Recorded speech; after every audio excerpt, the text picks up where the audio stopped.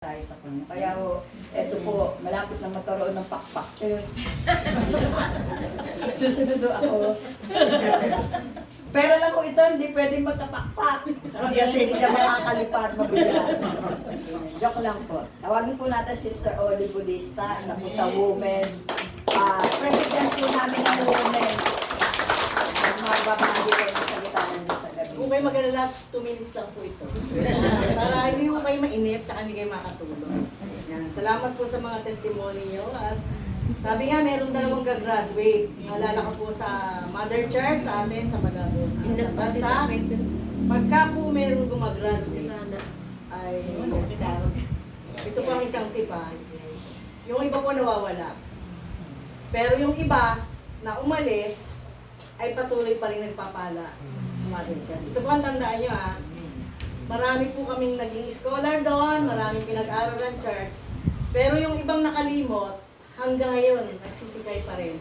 Pero yung ibang hindi nakalimot, alam niyo po, patuloy yung pag-unlad ng buhay. Kasi darating ang panahon na hindi naman natin masasabi, magkakaasawa kayo, magkakaroon kayo sariling pamilya, pwedeng malayo kayo, pwedeng hindi kayo dyan maglingkod, pero dapat huwag niyong kalilimutan yung kung saan kayo nagmula, kung sino yung nagpala sa inyo, kung saan kayo natuto. Kasi kung doon kayo natuto lahat, doon kayo pinagpala at doon kayo inubog ng Panginoon, dapat huwag niyong kalilimutan yun. Kasi yung sikreto nun, yung pagpapala. Kasi di ba alam naman natin na ang taong sumusunod ay mayroong kapalit na pagpapala.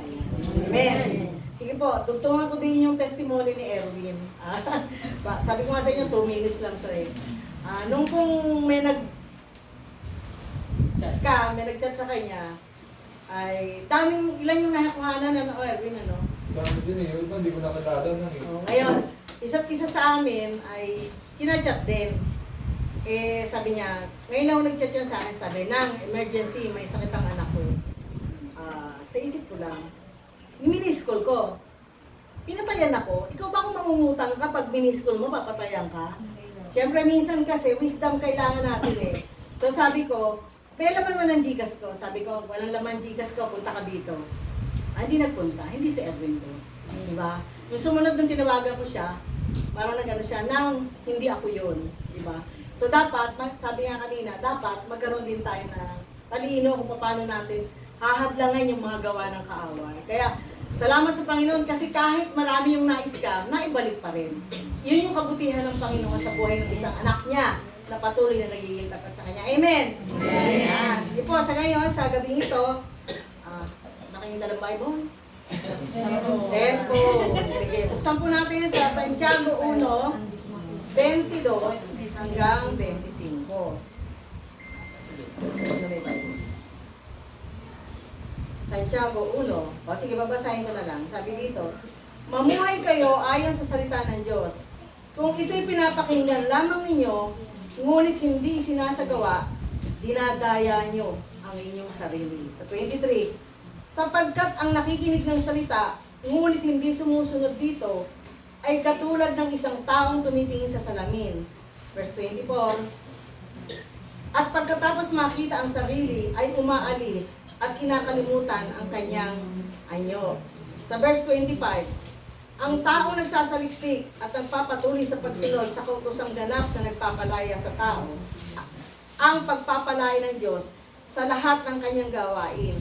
Siya ang taong gumagawa at hindi siya katulad ng nakikinig lamang at pagkatapos ay nakalilimot. Tayo po'y manalangin. Panginoon, sa gabi ito, minsan pa namin hinihiling ang banal mong Espiritu ang patuloy ng manguna sa aming pag-aaral.